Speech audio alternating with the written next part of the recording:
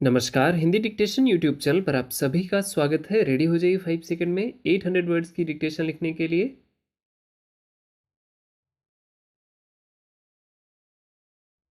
महोदय, यद्यपि स्वतंत्रता के बाद हमारा देश एक दिन तो क्या एक घंटे भी प्रधानमंत्री से वंचित नहीं रहा, लेकिन ऐसे मौके भी कई बार आए हैं जबकि प्रधानमंत्री की तलाश न सिर्फ जनता को रही है, बल्कि राजनेता और राजनीतिक दलों को भी रही है।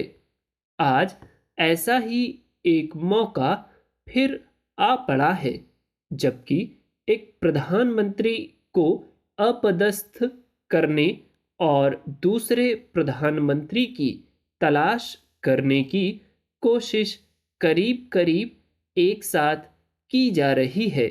विरोधी दलों का कहना है कि दूसरे या वैकल्पिक प्रधानमंत्री की तलाश इतनी आवश्यक नहीं जितनी कि वर्तमान प्रधानमंत्री को अपदस्थ करना। मीडिया के इस प्रश्न के उत्तर में हर विरोधी राजनेता ने अपने जवाब में यही कहा है कि वैकल्पिक सरकार या प्रधानमंत्री की तलाश की कोशिश उनकी प्राथमिकता नहीं, बल्कि प्राथमिकता यह है कि वर्तमान प्रधानमंत्री या सरकार को कैसे गिराया जाए। वर्तमान प्रधानमंत्री और भावी प्रधानमंत्री को लेकर संविधान विशेषज्ञों के बीच भी बहस छिड़ गई है या फिर छेड़ दी गई। जैसे कि अन्य विशेषज्ञों में मतभेद होते हैं, वैसे ही संविधान विशेषज्ञों के मतभेद भी जनता के समक्ष प्रस्तुत किए गए। ऐसा अन्य देशों में भी होता है या नहीं, यह तो वरिष्ठ पत्रकार अरुण शौरी या फिर राजनेता ही जाने, लेकिन हमारे देश में यह सब पिछले कुछ वर्षों से देखने को मिल रहा है। इसका मतलब यह नहीं है कि ये विशेषज्ञ इससे पहले हमारे देश में उपस्थित ही नहीं थे, लेकिन इन विशेषज्ञों के विशेष ज्ञान की आवश्यकता हाल ही में कुछ वर्षों से आ पड़ी है। जब कभी कोई सरकार गिरती है या गिराई जाती है या फिर लोकसभा में संख्या की गिनती का अभ्यास किया जाता है, तो इन संविधान विशेषज्ञों के ज्ञान की गहराई की तह में जाने की एक परंपरा बन गई है। केंद्रीय राजनीति की वर्तमान परिस्थितियों में ऐसे कोई 4-5 संविधान विशेषज्ञों की राय ली गई।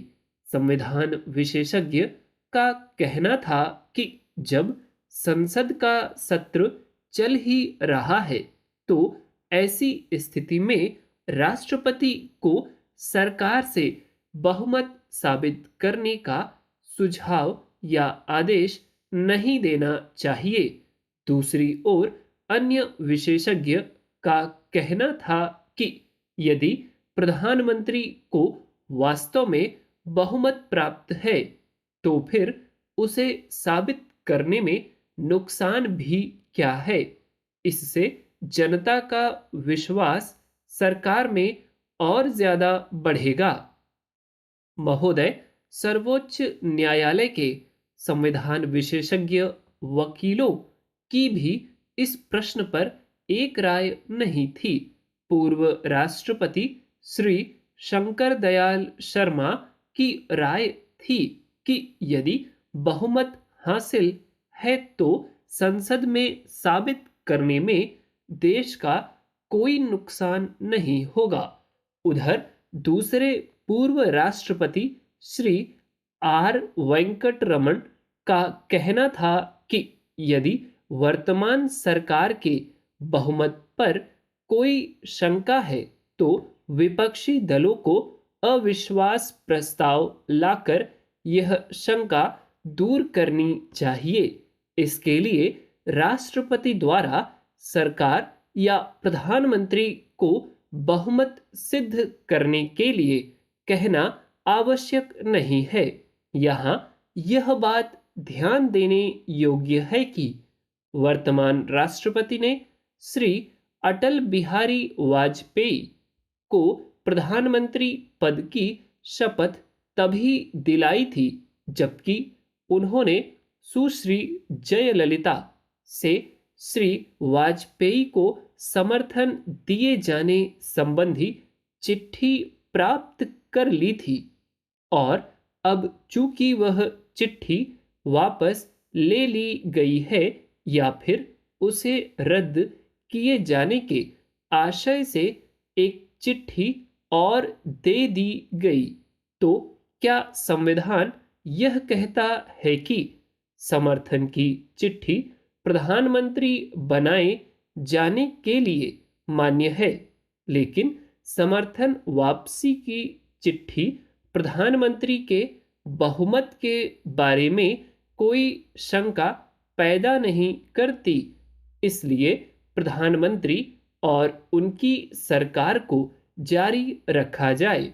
अतः यदि बहुमत का परीक्षण करना है तो अविश्वास प्रस्ताव विरोधी दलों को ही लाना होगा, भले ही समस्त समर्थक दल अपना समर्थन वापस लेने की सूचना राष्ट्रपति को भेज दे।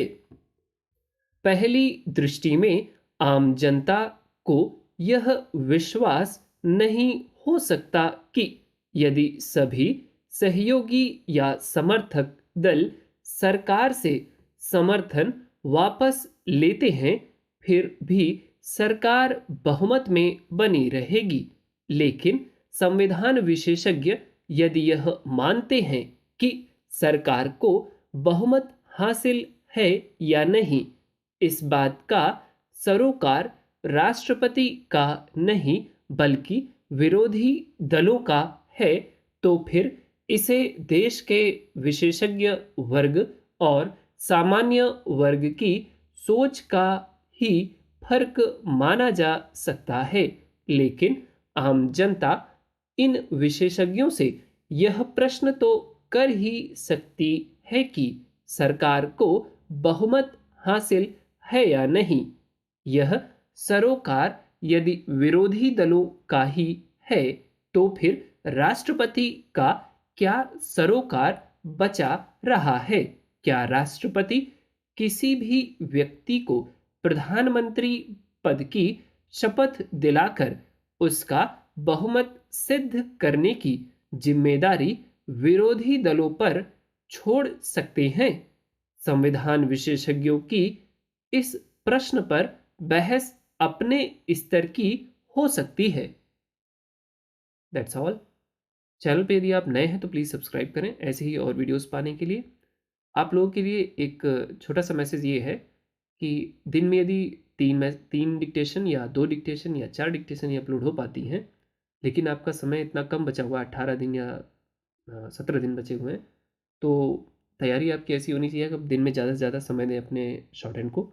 उसके लिए जो जनवरी, दिसंबर और फरवरी मंथ में जब तक एग्ज़ाम कंडक्ट हुए थे उस दौरान जितना मैटर अपलोड किया गया था, चाहे रामधारी खंड 1, खंड 2 या बाहर का मैटर या मैगज़ीन का मैटर जो भी अपलोड किया गया था, आप उन डिक्टेशंस को प्लीज़ फ़िल्टर करें और उन पे प्रैक्टिस करें ज़्यादा से ज़्यादा। बहुत सारे लोगों ने तकरीबन 1 महीने या उससे ज़्यादा से शॉर्ट हैंड छोड़ रखी है, ठीक? तो उनके लिए बस यही कहना चाहूँगा, प्लीज़ आप जहाँ से जो मैटर मिलें वहाँ से आप ज़्यादा से ज़्यादा प्रैक्टिस करिए, ठीक? कुछ लोगों की शिकायत है कि 10 मिनट का मैटर नहीं लिख पा रहे हैं, तो यही एक बात है कि आप 10 मिनट का मैटर लिखने का प्रयास करें या 5-5 मिनट की डिक्टेशन बैक टू बैक लिखें, ठीक?